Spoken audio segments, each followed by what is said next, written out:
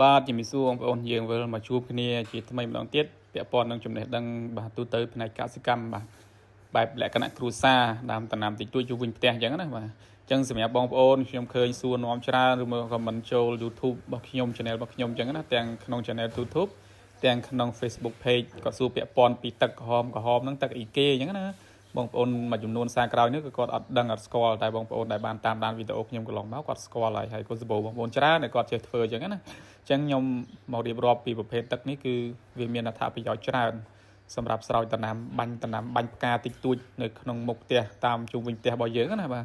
អានេះគេហៅថាទឹកជូលីនស៊ីបាទយើងធ្លាប់និយាយជាច្រើនវីដេអូហើយឬក៏អតិសកុមមកប្រានបាទគឺទូនីតិវាបើសិនជាយើងយកទៅស្រោចវាល្អណាវាល្អជាងបាញ់ដោយសារអីវាមានទូនីតិវាជាអតិសកុមប្រានមានជីវិតណាអញ្ចឹងវាជួយឲ្យអតិសកុមមកប្រាននៅក្នុងដីដែលមានប្រយោជន៍ហ្នឹងវាជួយឲ្យកើតឡើងដើម្បីធ្វើឲ្យដីយើងធូរវាជួយធ្វើឲ្យដីយើងធូរឬដំណាំចាក់បានវែងបានឆ្ងាយអញ្ចឹងណាបានជ្រៅហើយក៏ទទួលបានសារធាតុចិញ្ចឹមល្អអញ្ចឹងដោយដំណាំជាក់ស្ដែងនេះខ្ញុំដាំម្ទេសអានេះម្ទេសយើងដាំជុំវិញផ្ទះអញ្ចឹងបងប្អូនអាចដាំពីដើមយើងទៅគាត់ពេលខ្លះខ្វះតិចតួចយើងកុំឲ្យពិបាករត់ទៅផ្សារបងប្អូនឃើញផ្លែច្រើនណាបងប្អូនឃើញដើមតូចទេប៉ុន្តែនេះផ្លែដោយសារខ្ញុំប្រើវាណាខ្ញុំប្រើអតិសកុមប្រានហ្នឹងសម្រាប់បាញ់អញ្ចឹង3ថ្ងៃខ្ញុំបាញ់ម្ដង3ថ្ងៃខ្ញុំបាញ់ម្ដងឬមួយក៏ខ្ញុំស្រោចម្ដងអញ្ចឹងទៅ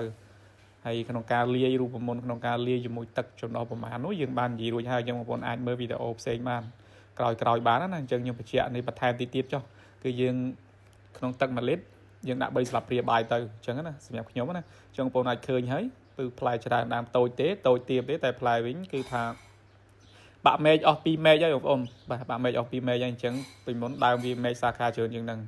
ហើយដូចដើមម្ទេសដែលខ្ញុំដាំនេះក៏ល្អដែរអញ្ចឹងវាចាប់ដើមចេញផ្កាច្រើនហើយដោយសារយើងឧស្សាហ៍ប្រើវាអញ្ចឹងសម្រាប់ដំណាំមុខផ្ទះជុំវិញផ្ទះអញ្ចឹងយើងមិនបាច់ទៅប្រើជីបេជីគ្រាប់អីទេបងប្អូនព្រោះយើងមានតែដាំលក់ឯណាទេអញ្ចឹងយើងប្រើបែបធម្មជាតិទៅធ្វើបិទទៅវាឲ្យផលរៀងយឺតបន្តិចមែន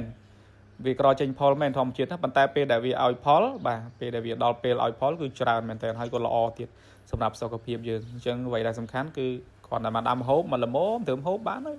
សំខាន់កុំឲ្យទៅប៉ះពាល់សុខភាពយើងទៅបានហើយអញ្ចឹងមិនត្រឹមតែប្រើប្រាស់បានទៅលើដំណាំផ្លែទេសម្រាប់ផ្កាក៏បានដែរបងប្អូនអាចយកទៅបាញ់ទៅសម្រាប់ឲ្យវាជំនួយស្លឹកជីក្រហមហ្នឹងវាពេលដែលយើងយកទៅបាញ់ឬស្រោចទៅវាធ្វើឲ្យស្លឹកបាទរុក្ខជាតិរបស់យើងនឹងវាឡើងពណ៌ល្អពណ៌បៃតងខ្ចីអញ្ចឹងណាហើយសម្រាប់ដើមមៀននេះគឺខ្ញុំយកមកប្រើដែរខ្ញុំប្រើវាទៅលើដើមមៀនដែរដោយសារខ្ញុំអត់ប្រើជីគ្រាប់ទេគឺវាផ្លែបានប៉ុណ្ណាគឺយើងទទួលយកវាប៉ុណ្ណឹងទៅអត់បខំមកវាផ្លែច្រើនអីណាស់ណាដើម្បីលក់យកចំណូលអីទេសម្រាប់ដាំហូប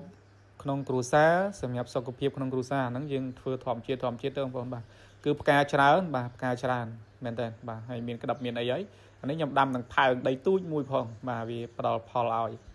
បាទអញ្ចឹងមួយឆ្នាំហើយមាននេះខ្ញុំដាំណាបាទអញ្ចឹងបងប្អូនអាចសាកធ្វើតាមបានបាទវីដេអូក្នុងការធ្វើនោះខ្ញុំមានបានបង្ហាញគ្រប់វីដេអូហើយបាទអរគុណច្រើនបងប្អូនជំរាបលា